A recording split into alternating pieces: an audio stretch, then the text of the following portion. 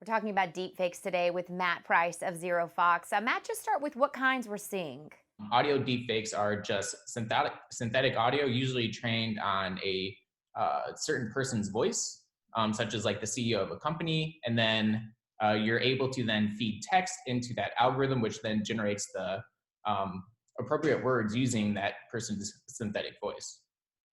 Video deepfakes, on the other hand, those are videos where you usually copy someone's face onto either an actor or just replace that original person's face, making them say something they never really said.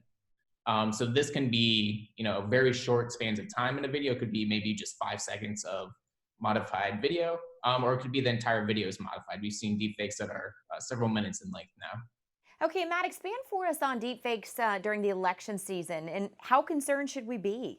We've seen proofs of concepts of deepfakes being released that could be used to influence electorate.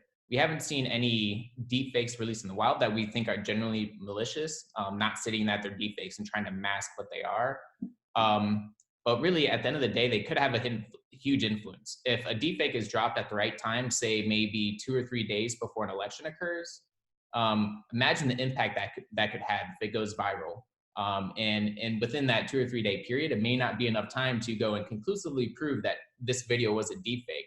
That could sway the electorate then enough to vote for a particular political candidate.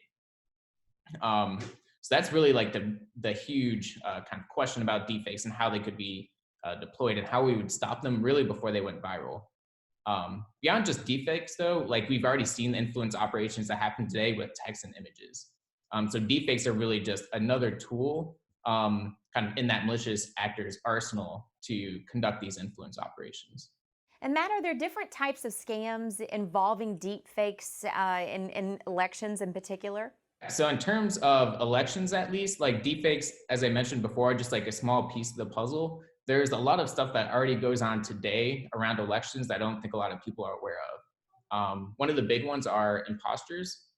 There's a lot of people that go and like impersonate a political candidate. Say like we've caught a few with Bernie Sanders, for example, and a couple with President Trump.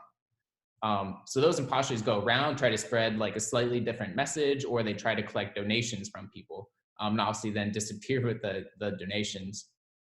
Similar to that, there's also scams where they're not trying to necessarily impersonate the political candidate, but they are trying to get money or personal, like identifiable information. So they could perhaps later then try to break into a person's accounts. Okay, so Matt, the big question is what do we do?